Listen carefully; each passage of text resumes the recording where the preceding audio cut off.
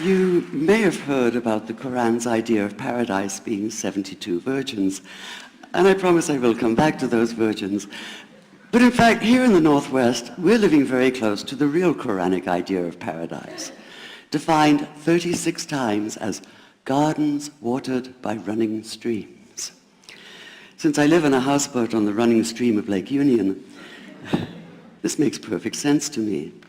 But the thing is, how come it's news to most people? I know many well-intentioned non-Muslims who've begun reading the Quran but given up, disconcerted by its otherness. The historian Thomas Carlyle considered Muhammad one of the world's greatest heroes, yet even he called the Quran as toilsome reading as I ever undertook, a wearisome, confused jumble. Part of the problem, I think, is that we imagine that the Quran can be read as we usually read a book, as though we can curl up with it on this rainy afternoon with a bowl of popcorn within reach, as though God, and the Quran is entirely in the voice of God speaking to Muhammad, were just another author on the bestseller list.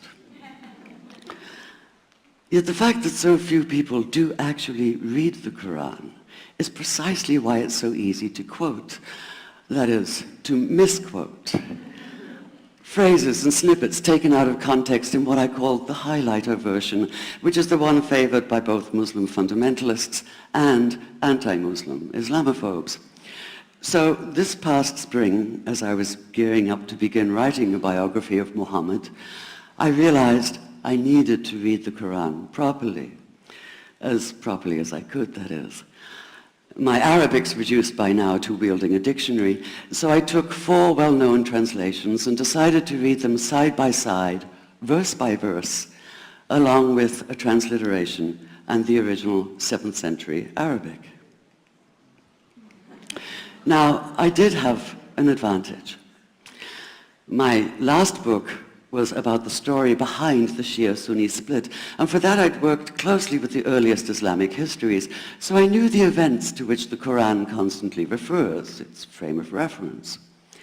I knew enough, that is, to know that I'd be a tourist in the Quran, an informed one, an experienced one even, but still an outsider, an agnostic Jew reading someone else's holy book.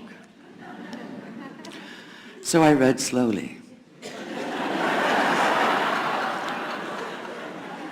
I'd set aside 3 weeks for this project, and that, I think, is what is meant by hubris, because it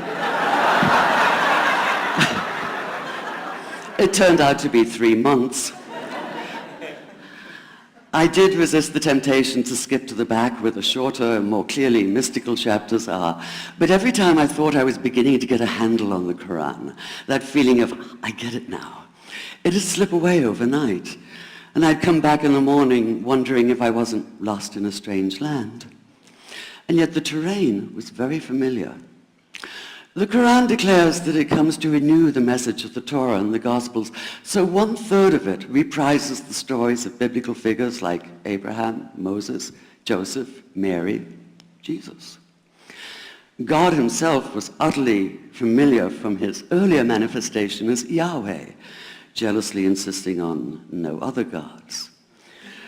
The presence of camels, mountains, desert wells and springs took me back to the year I spent wandering the Sinai desert. And then there was the language, the rhythmic cadence of it, reminding me of evenings spent listening to Bedouin elders recite hours-long narrative poems entirely from memory. And I began to grasp why it's said that the Quran is really the Quran, only in Arabic. Take the Fatiha, the 7-verse opening chapter that is the Lord's Prayer and the Shema Israel of Islam combined. It's just 29 words in Arabic, but anywhere from 65 to 72 in translation. And yet the more you add, the more seems to go missing. The Arabic has an incantatory, almost hypnotic quality that begs to be heard rather than read, felt more than analyzed. It wants to be chanted out loud, to sound its music in the ear and on the tongue. So the Quran in English is a kind of shadow of itself, or as Arthur Arbery called his version, an interpretation. But all is not lost in translation. As the Quran promises, patience is rewarded, and there are many surprises. A degree of environmental awareness, for instance, and of humans as mere stewards of God's creation, unmatched in the Bible. And where the Bible is addressed exclusively to men, using the second and third person masculine, the Quran includes women, talking, for instance, of believing men and believing women, honorable men and honorable women. Or take the infamous verse about killing the unbelievers. Yes, it does say that, but in a very specific context.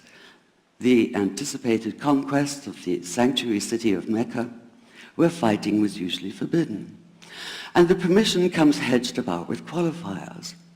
Not you must kill unbelievers in Mecca, but you are allowed to, but only after a grace period is over. And only if there's no other pact in place.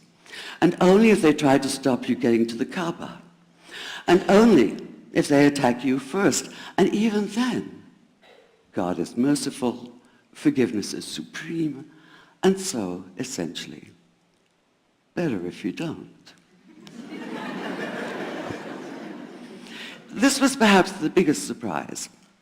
How flexible the Quran is, at least in minds that are not fundamentally inflexible. Some of these verses are definite in meaning, it says, and others are ambiguous. The perverse at heart will seek out the ambiguities, trying to create discord by pinning down meanings of their own. Only God knows the true meaning.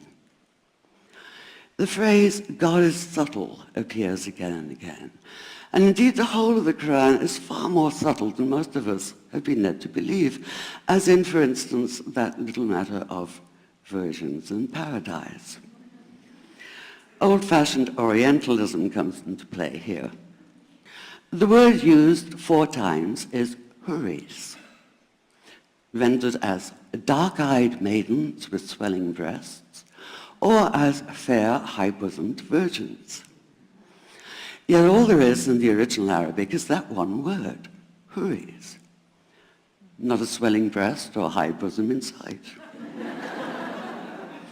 Now, this may be a way of saying pure beings, like in angels, or it may be like the Greek kos, or kore, an eternal youth. But the truth is, nobody really knows, and that's the point.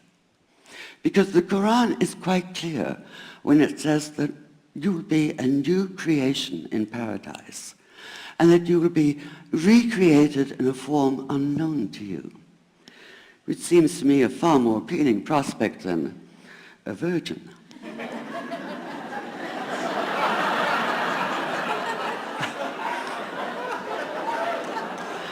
And that number 72 never appears. There are no 72 virgins in the Quran. That idea only came into being 300 years later, and most Islamic scholars see it as the equivalent of people with wings sitting on clouds and strumming harps. Paradise is quite the opposite. It's not virginity, it's fecundity, it's plenty, it's gardens watered by running streams. Thank you.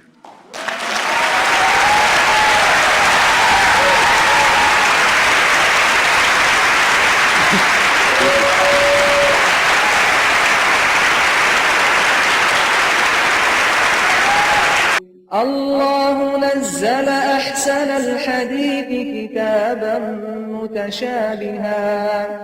كتابا متشابها مثانية تقشعر منه جلود الذين يخشون ربهم ثم تلين جلودهم وقلوبهم إلى ذكر الله ذلك هدى الله يهدي به من يشاء ومن يضلل